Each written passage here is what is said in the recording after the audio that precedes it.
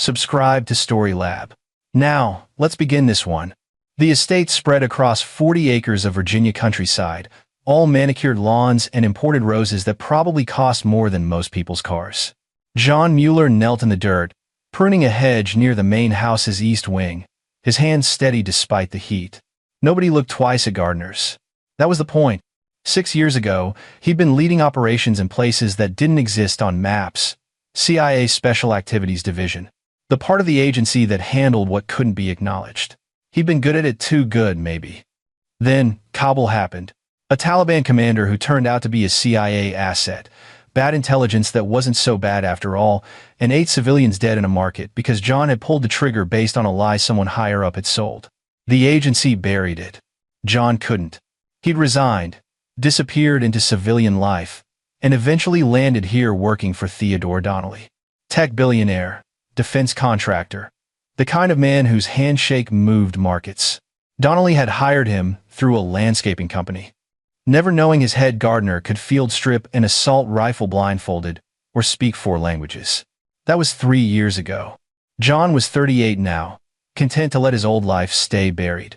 The Donnelly estate was quiet, safe. The kind of place where the worst emergency was a late frost killing the tulips. Mr. Mueller? John looked up. Doug Wynn, head of estate security, stood on the terrace. Former Secret Service, competent but by the book. He looked uncomfortable. Mrs. Donnelly wants the fountain area ready for Thursday's charity event. Can you handle that? Already on it, John said, pulling off his gloves. Virginia Donnelly appeared behind Doug, elegant in a cream pantsuit, phone pressed to her ear. She smiled at John, she always did. Good employer, treated the staff well. She ended her call and descended the terrace steps. John, the boys keep asking if you'll show them the new koi, she said. They're obsessed since you installed the pond. The twins, Benjamin and Milton, 7 years old, mirror images with their mother's dark hair and their father's sharp eyes. They'd taken to following John around the grounds, asking endless questions about plants and bugs, and whether he knew any cool soldier stuff because they'd overheard Doug mention John had been in the military. John had kept that vague. Just Army, he'd said. Nothing special. I'll stop by the house after lunch, John promised.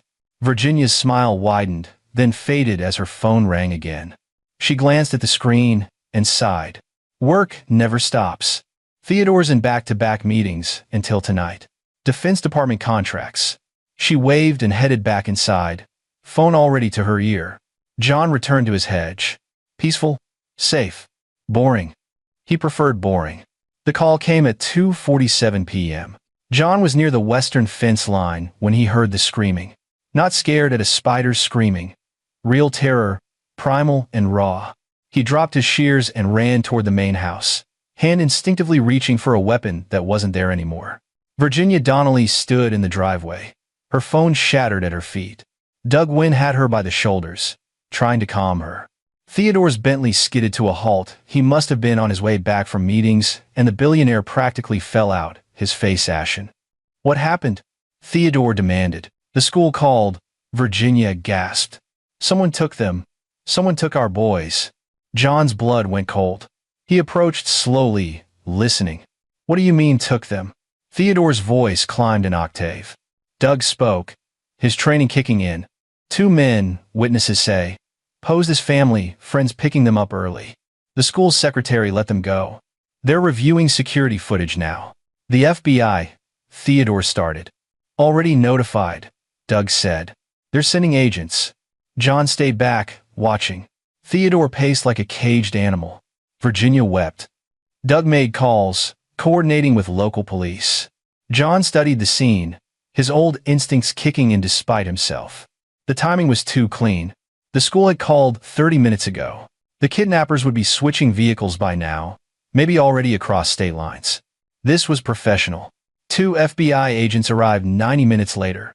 Special Agents Nicholas Carson and Lydia Norman. Carson was mid-40s, slick suit, slicker smile. Norman was younger, sharp-eyed, skeptical.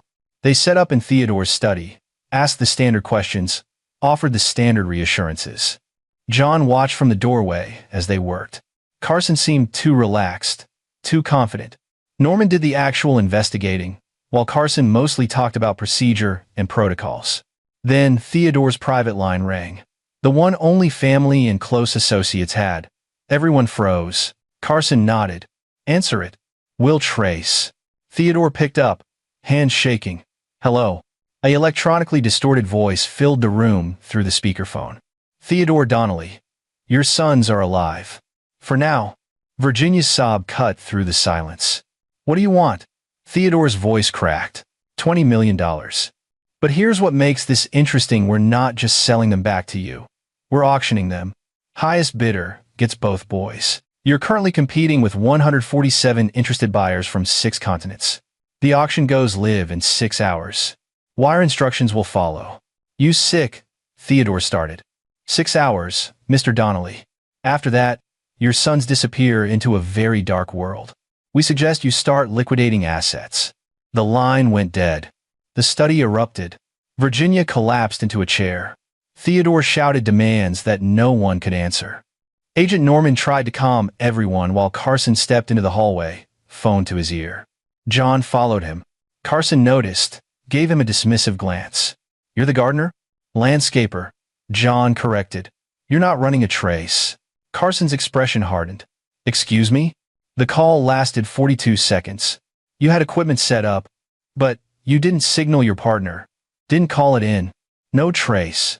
"Listen, friend, this is federal business."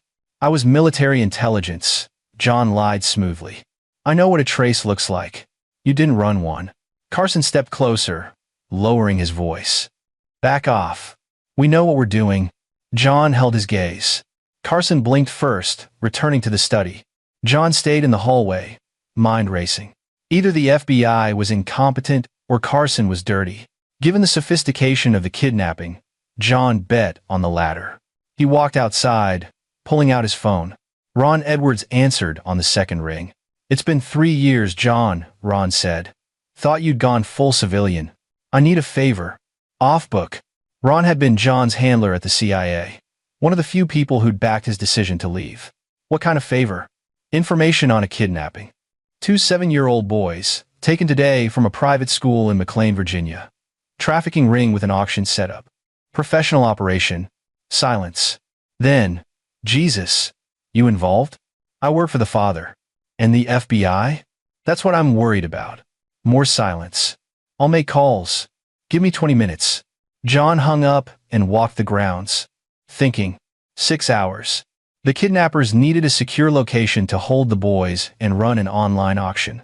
Somewhere isolated, but with high-speed internet and security. Somewhere they felt safe. That meant local. They hadn't had time to move the boys far. This was planned, which meant surveillance, reconnaissance. Someone had watched the estate, learned the routine, knew exactly when to strike. John circled back to the driveway. Virginia's Range Rover sat where she'd left it. The school was 12 minutes away. The same route every day. Same time. Predictable. He studied the tree line beyond the fence. If he were running surveillance, that's where he'd set up. Northern Ridge. Clear sight line to the house and driveway. His phone buzzed. "Ron? Your boys are in deep trouble," Ron said without preamble. "The auction setup? It's legit. Dark web forum. Encrypted. Invitation only. These people run a network. We've been tracking them for 18 months but can't pin down leadership. Names. Goes by the broker. Maybe one person, maybe a collective. They specialize in high-value targets, diplomatic kids, wealthy families, anyone whose disappearance generates headlines and buyers. Your billionaire's sons fit the profile perfectly. The FBI agent on scene, Nicholas Carson. What do you know about him?" Keyboard clicks.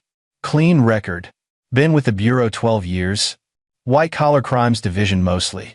Recently transferred to Crimes Against Children unit. A pause. "That's actually weird." "Why?" "Because that kind of transfer usually takes months of paperwork and training. His went through in 3 weeks. Someone expedited it." John's suspicions crystallized. He's the inside man. Can't prove it. But if he is, those boys are already gone. These people don't take chances. They'll move them, hide them, and by the time the auction ends, tracking them down will be impossible. John checked his watch. 5 hours, 18 minutes. "I need locations. Known associates, safe houses, anything." John, this isn't Afghanistan. You can't just... I'm not asking for permission. Ron sighed. I'll send you what we have. But John? These people are vicious. They've killed witnesses, eliminated competition. If you're doing what I think you're doing, thanks, Ron. John hung up and headed back inside. The study was chaos. Theodore was on 3 phones at once, calling banks, lawyers, anyone who could help liquidate 20 million in hours. Virginia sat statue still, her eyes empty. Agent Norman worked her laptop. Carson was gone. John found him outside, smoking by his bureau sedan. You don't smoke, John said, approaching. Carson turned, irritated. How would you know? No smell on you earlier. No nicotine stains on your fingers. You came out here to make a call you didn't want overheard. Carson dropped the unlit cigarette. You're starting to piss me off, Gardner. Good. John moved closer. Because here's what I think. I think you knew this was going to happen. I think you're coordinating with the kidnappers. And I think you're here to make sure Theodore pays instead of trying to find his sons. Carson's hand drifted toward his hip. That's a serious accusation. Prove me wrong. Run the trace on the next call. Actually investigate instead of running interference. Last warning. Back off. John smiled, cold and dangerous. Or what? You'll arrest me? Go ahead. Let's see how that plays when I tell your partner what I know. They stared at each other. Carson broke first, getting into his car and driving away. John watched him go, then returned inside. He found Theodore in the study, surrounded by financial advisors. Sir, I need to speak with you. Privately. Theodore looked up, desperate. Not now, John.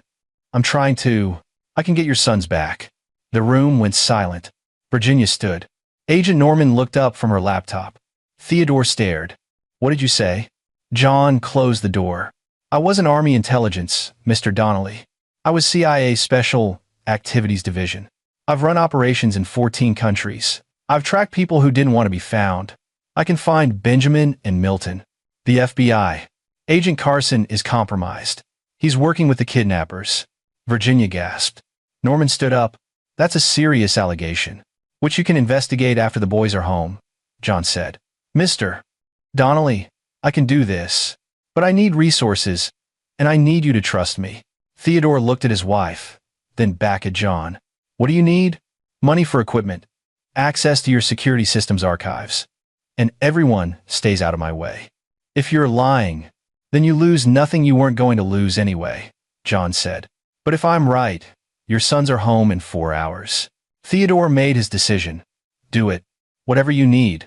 John turned to Norman. Agent, you seem like you actually want to solve this. Help me, or don't. But if you're going to help, understand we're not going by the book. Norman hesitated, then nodded. Those boys are what matter. What do you need? Keep Carson away from here. Stall him, misdirect him. I don't care how. Just give me room to work.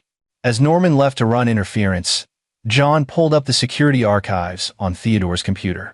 He scrolled back 2 weeks, watching the feeds. They're a white van, parked on the access road overlooking the estate. Same van, 3 different days. Always between 2 to 3 p.m., right when the boys would be coming home from school. He zoomed in on the license plate. Rental vehicle, reported stolen 4 days ago. Classic misdirection. But the driver had been sloppy. In one frame, he'd gotten out to adjust a camera. His face was partially visible. John ran the image through facial recognition software, CIA tools he'd technically lost access to, but Ron had sent him a backdoor login. The system churned for 90 seconds, then produced a hit. Mickey Kaufman. Petty criminal. Mostly B and E and stolen vehicles. Last known address in Baltimore. But more interesting was his known associates list. Gregory Webb. John pulled Webb's file. 43. Multiple arrests for solicitation and pandering. 2 convictions. Served 3 years total. Since his last release 7 years ago, he'd gone dark. No arrests, no known employment, but financial records showed him living well beyond his means. Ron's intel dump arrived, and John cross-referenced. Webb appeared in their trafficking investigation. Not the leader, he was mid-level at best, but he ran procurement. He found the targets, planned the grabs, delivered the merchandise. And according to surveillance logs from 6 months ago, Webb frequented a property in rural Maryland. An old farm, 50 acres, converted into what looked like a legitimate event venue but rarely had events. Perfect cover. John checked the time. 4 hours, 41 minutes. He stood up, pulling Theodore aside. I know where they are. I'm leaving now. I'm coming with you. Theodore said. No. You stay here. Act like you're raising the money. If they suspect you're not playing along, they'll move the boys or worse. John, Mr. Donnelly, I've done this before. Trust me. Theodore looked at his wife, then back at John. Bring them home. John grabbed his truck keys and headed for the garage. He had a storage unit 30 miles away, one he'd kept from his CIA days, despite telling himself he'd never need it again. Inside was everything he'd thought he'd left behind. Time to see if he still remembered how to be John Mueller, operative. The storage unit smelled like gun oil and regret. John flipped on the lights, revealing the carefully organized remnants of his old life. Weapons locker, tactical gear, communications equipment, and a go bag that was always ready. He worked quickly.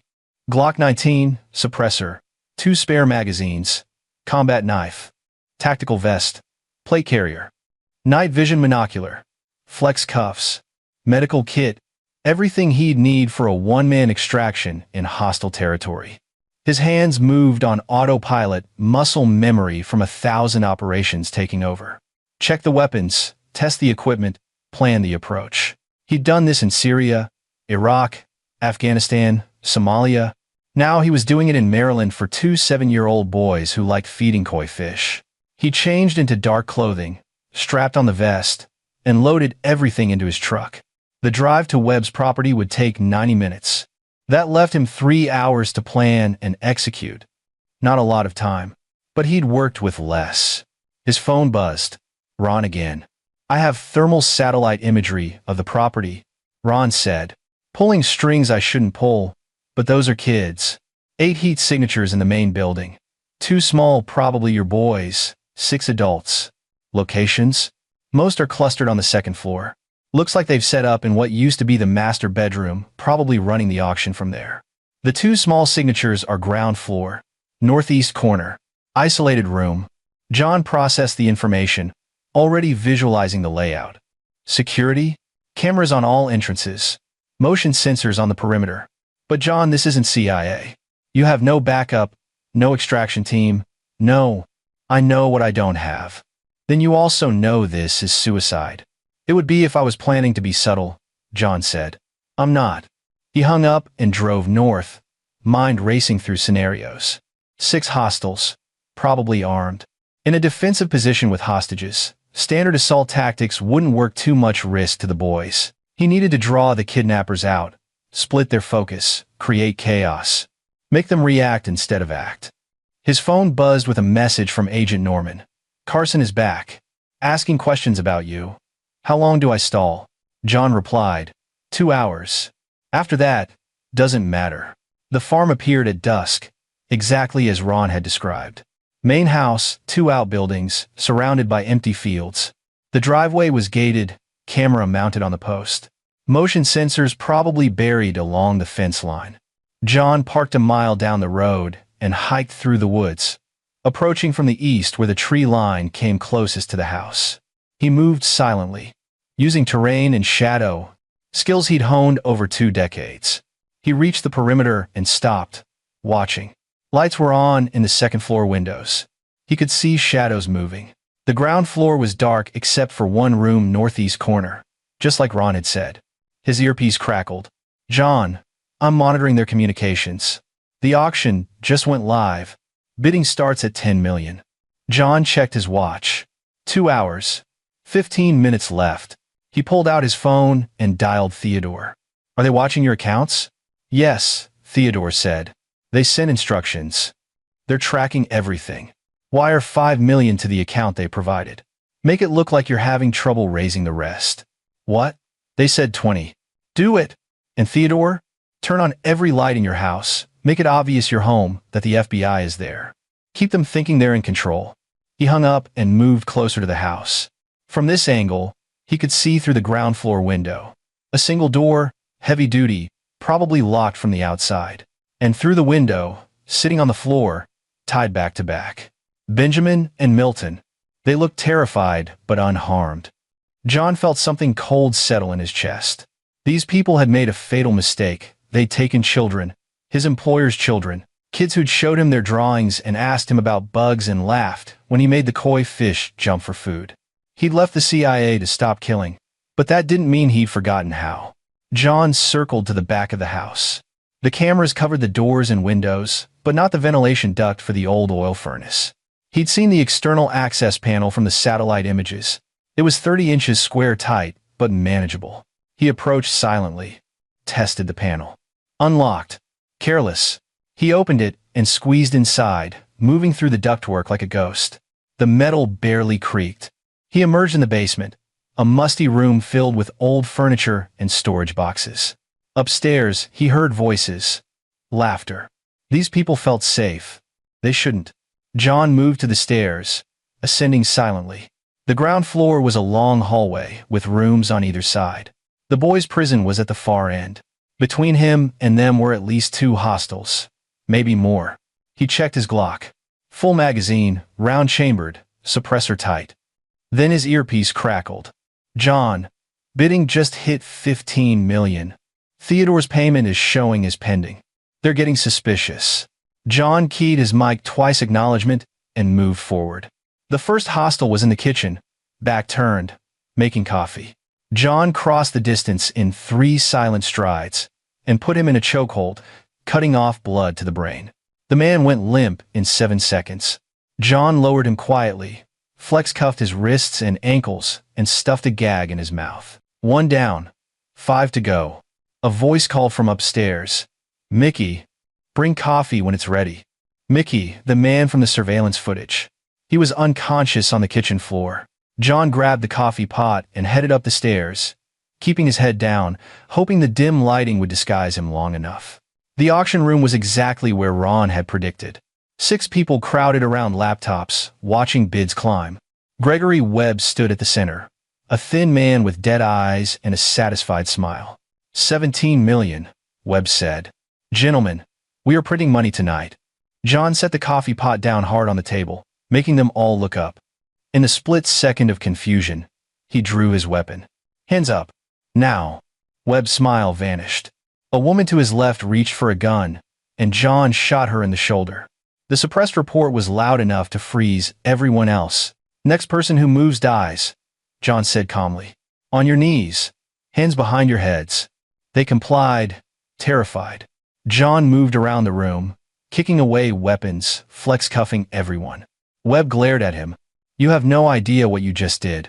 We have buyers. I know exactly what I did, John said. Where are the other 2? Webb's expression flickered. John smiled. Downstairs guarding the boys. Probably heard the gunshot and are coming up. Here's what happens next. You're going to call them. Tell them to check on Mickey in the kitchen. They walk in, I take them. Or you don't, and I shoot everyone in this room starting with you. Webb swallowed hard and nodded. John handed him a phone, keeping the gun pressed to his temple. Webb called. Check on Mickey. Thought I heard something. Footsteps on the stairs. 2 men appeared, weapons drawn. John shot both in the legs before they could react. They went down screaming. 8 hostiles. 8 down. 3 minutes. John zip-tied the newcomers, then stood. Your auction's over. Your network is over. You're all going to federal prison where you'll spend the rest of your lives being exactly what you turned those children into merchandise. He pulled out his phone and called Agent Norman. Property secured. Send backup and ambulances. Multiple gunshot wounds. Non-fatal. John. Carson is on his way there. Perfect. Tell him to bring FBI forensics. They'll want to document the servers. This whole operation is on those laptops. He hung up and went downstairs. The boy's door was still locked. He kicked it in. Benjamin and Milton looked up, terror turning to recognition. Mr. Mueller? John holstered his weapon and knelt down, cutting their bonds. Hey guys, your dad sent me to bring you home. They crashed into him, sobbing. John held them, feeling something crack inside his carefully maintained walls. Are the bad men gone? Milton whispered. Yeah, they're gone. You're safe now. John carried both boys outside, one in each arm. They buried their faces in his shoulders as red and blue lights appeared down the driveway. Agent Norman's vehicle led the convoy, followed by Maryland State Police and ambulances. Norman approached, weapon drawn, then holstered it when she saw John with the boys. Are they? They're fine. Everyone inside is neutralized. The one with the shoulder wound needs urgent care. The others can wait. Carson's sedan skidded to a halt. He jumped out, face twisted in fury. You assaulted federal suspects. You contaminated my crime scene. Your crime scene? Norman turned on him. You weren't even here. And how did you know about this location? We never called it in. Carson froze, realizing his mistake. John smiled. Because he's been working with them, John said. Check his financials. Check his communications. You'll find everything you need. Norman nodded to two state troopers. Detain Agent Carson. Now. As Carson was being cuffed and read his rights, screaming about false accusations and wrongful arrest, John walked the boys to an ambulance. EMTs checked them over while John stepped back, letting Theodore and Virginia through. The reunion was messy, tearful, and beautiful. Theodore looked at John over his son's heads, mouthing two words, "Thank you." John nodded and turned away. His job was done. But as he walked back to his truck, Ron's voice came through his earpiece. John, we're running forensics on those laptops. The auction network is bigger than we thought. Clients in 30 countries. And there's something else. What? Webb wasn't the broker, he reported to someone. Someone's still out there. John stopped walking. Who? They used a code name on the servers. The Shepherd. And John, there's a message. It popped up 5 minutes ago, after you shut down the auction. It says, tell the gardener he just made a very powerful enemy. We'll speak again soon. John looked back at the farmhouse, at the boys safe in their parents' arms, at the kidnappers being loaded into police vehicles. He'd won this round. But apparently, the war wasn't over. Let them come, John said quietly. I'm not hiding anymore. 3 days passed before John returned to work. Theodore had insisted he take time off, offered him a bonus that would have paid for a year's living expenses. John had accepted the time off, declined the money. He hadn't done it for payment. The estate felt different now, quieter, but the silence had weight. The FBI had swarmed the place for 48 hours, documenting everything, interviewing everyone. Agent Norman had led the investigation, and she'd been thorough. Carson was in custody, his house and finances being torn apart by federal auditors. They'd found everything: encrypted communications, offshore accounts, evidence of 7 previous kidnappings he'd helped facilitate. But the Shepherd remained a ghost. John was kneeling in the rose garden when Benjamin and Milton found him. They'd been different since the rescue, quieter, prone to nightmares according to Virginia. But they still sought John out, still followed him around the grounds. Mr. Mueller? Benjamin said quietly. Can we ask you something? John set down his pruning shears. Sure. Were you really in the army? Milton asked. Because those men had guns and you weren't scared. John considered his answer carefully. I was scared, but I was more scared of what would happen to you if I didn't act. Mom says you saved our lives. Your parents would have paid the money. You would have been fine. Benjamin shook his head. We heard them talking. The bad men. They said even if Dad paid, they couldn't let us go because we saw their faces. They were going to. The boy's voice broke. John pulled both boys close. You're safe now. That's what matters. They stayed like that for a while, then Virginia called them for lunch. As they ran off, John noticed Theodore watching from the terrace. The billionaire approached, sitting on the stone bench beside the roses. Thank you, Theodore said. I know I already said it, but I'll keep saying it. You gave me my sons back. Just doing what needed to be done. The FBI says this network is huge. International. They're dismantling it. But it'll take years. Theodore paused. Agent Norman also said you turned down witness protection. They're worried about retaliation. I can handle myself. I know you can. I've seen the reports. They declassified enough to confirm what you told me. John Mueller, CIA Special Activities Division, decorated operative with a record of successful missions on 5 continents. Theodore leaned forward. You left the agency, built a new life, and I've dragged you back into that world. That's on the kidnappers, not you. Either way, I'm not comfortable with you being exposed. So, I have a proposition. Theodore pulled out a folder. I'm creating a new division of Donnelly Industries. Private security consulting. Legitimate, legal, but for situations where traditional security isn't enough. I want you to run it. John took the folder but didn't open it. I'm a gardener. You're a soldier pretending to be a gardener because you wanted peace. But peace isn't the same as hiding. Work for me, officially. Help people who need the kind of help only someone with your skills can provide. I left that life because I was tired of killing. Then don't kill. Extract. Rescue. Protect. Use those skills to save people instead of. Theodore caught himself. I'm sorry. I don't know what happened to make you leave. John was quiet for a long moment. Kabul. 3 years ago, bad intelligence led to 8 civilians dead, including 2 kids. I pulled the trigger because I believed what I was told. Later learned the intel was fabricated by someone climbing the ladder, willing to sacrifice an entire family to take out one target that turned out to be our own asset. Jesus. I couldn't do it anymore. Couldn't trust that the people giving me orders actually cared about the mission or the casualties. So I walked away. John looked at the folder. What makes you different? Because I'm asking you to save people, not kill them. Because you'll choose the missions, set the rules, make the calls. And because those are my sons you rescued. I know what kind of man you are. John opened the folder. Contracts, legal documents, salary information that was frankly obscene. But also mission parameters, operational guidelines, everything designed to keep work legitimate and targeted at genuine threats. I'll think about it, John said finally. Theodore nodded and stood. That's all I ask. But John, whether you take the job or not, you're family now. Those boys worship you. Virginia and we owe you everything. So if you need anything, ever, you call. After Theodore left, John sat in the garden, thinking. Ron had sent him updates on the investigation. The network they dismantled was massive, hundreds of victims over a decade, billions in transactions. Gregory Webb was cooperating, giving up names and locations in exchange for a slightly less horrific prison sentence. But the shepherd remained elusive. No name, no face, just a ghost orchestrating horrors from the shadows. John's phone buzzed. Ron. Got something. Webb is singing, and he just gave us a location. The Shepherd's safe house, or one of them. Place in West Virginia, mountain property. Could be a trap, but send me the address.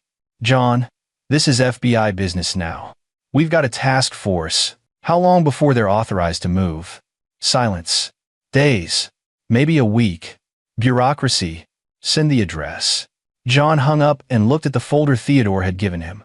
Then he looked at the estate, at the house where 2 boys were learning to feel safe again. Maybe Theodore was right. Maybe hiding wasn't the answer. Maybe the only way to have peace was to make sure monsters like the shepherd couldn't hurt anyone else. He pulled out his phone and texted Theodore. I'll take the job. But first, I have some unfinished business. The response came immediately. Whatever you need. John stood and walked to his truck. Time to introduce the shepherd to the wolf they'd accidentally awakened. The address Ron sent led to an old logging operation in the Appalachian Mountains. Abandoned decades ago, but recently renovated. John spent 2 days watching the property from the ridge, documenting patterns. 3 men on site, rotating shifts. 1 vehicle, armored SUV, high-end security system, but old hardware easier to hack. On the 3rd night, John made his move. He cut power to the property at 2 a.m., then breached through the same vulnerability as before, old infrastructure that wealthy criminals thought was secure but never properly updated. Inside, the house was eerily quiet. The security team was scrambling, checking breakers, assuming it was a standard outage. John moved through the darkness like smoke, taking them down one by one. Choke holds, quick and silent. No killing that wasn't who he was anymore. The master bedroom was on the 2nd floor. John kicked in the door to find a man in his 60s, gray-haired and dignified, sitting calmly at a desk despite the chaos below. The famous John Mueller, the man said. I've heard so much about you. You the shepherd? That's one name. The man, no identification on him. Nothing personal in the room, studied John with cold intelligence. You've cost me a considerable amount of money. The Donnelly auction would have been spectacular. Instead, you've dismantled years of work. Good, is it? The shepherd leaned back. Do you have any idea how many people depend on my network? How many politicians, businessmen, people of influence have invested in our operations? You didn't shut down a criminal enterprise, Mr. Mueller. You kicked a hornet's nest. Then I'll deal with the hornets. The shepherd smiled. I'm sure you will. Tell me, does it feel good? Playing hero? Saving children? Does it wash away what you did in Kabul? John's gun hand didn't waver. You don't know anything about Kabul. I know everything about you. CIA file, psychological evaluations, the whole tragic story. A good man broken by bad orders, trying to find redemption in mulch and roses. Touching, really. Get up. We're leaving. To what? Federal custody. Even if I'm arrested, I'll be out in 5 years. Men like me don't stay imprisoned. We have too many friends in high places. John stepped closer. Then I'll make sure you stay down permanently. You won't kill me. That's not who you are anymore, remember? You're the hero now. Heroes don't execute unarmed men. John studied him. This monster who'd orchestrated the torture and trafficking of children with the same calm he'd used discussing stock portfolios. The shepherd was right, John couldn't just shoot him. But there were other ways. You're right, John said. I won't kill you. But I'll make sure everyone knows exactly who you are. He zip-tied the shepherd and pulled out his phone, starting a video. State your name. I'll do no such thing. John pulled up a file. Ron had sent documentation of the shepherd's network, photos of victims, transaction records. Then I'll tell it for you. You're Donnie Guzman, former State Department official, current CEO of Guzman International Holdings. And you've been running a global child trafficking network for 12 years. Guzman's calm cracked. You can't prove. Gregory Webb already gave you up. Agent Carson gave you up. Every server, every transaction, every communication, the FBI has it all. But here's the thing that takes time to prosecute. Months, years, and like you said, you have friends. John set the phone down. Camera still recording. So instead, I'm going to make sure everyone knows what you are. This video will be on every news site, every social media platform, every law enforcement database by dawn. Your face, your name, your crimes. The FBI can take their time building a case. You'll already be convicted in the court of public opinion. You're insane. My lawyers. Your lawyers can't help you. Neither can your friends. Because here's what happens to child traffickers in federal prison, especially rich ones who think they're untouchable. Other inmates don't like your kind. And guards? Guards look the other way. John leaned in close. You wanted to know if saving those boys made me feel better about Kabul? It didn't. Nothing will. But ensuring you spend the rest of your life in a hell of your own making, that'll help me sleep at night. He grabbed Guzman and dragged him downstairs, past his unconscious security team, and zip-tied him to the gate at the end of the driveway. Then he called 911, state police, the FBI, and finally, every major news outlet he could think of. There's a wanted fugitive tied to a gate on Route 41, mile marker 67, he told each one. Donnie Guzman, also known as the Shepherd. He's the leader of the trafficking ring you've been reading about. Might want to hurry before someone else finds him. By the time John drove away, the first news van was already approaching. Behind them, police lights lit up the mountain road. The shepherd was caught in his own spotlight, and there would be no escaping it.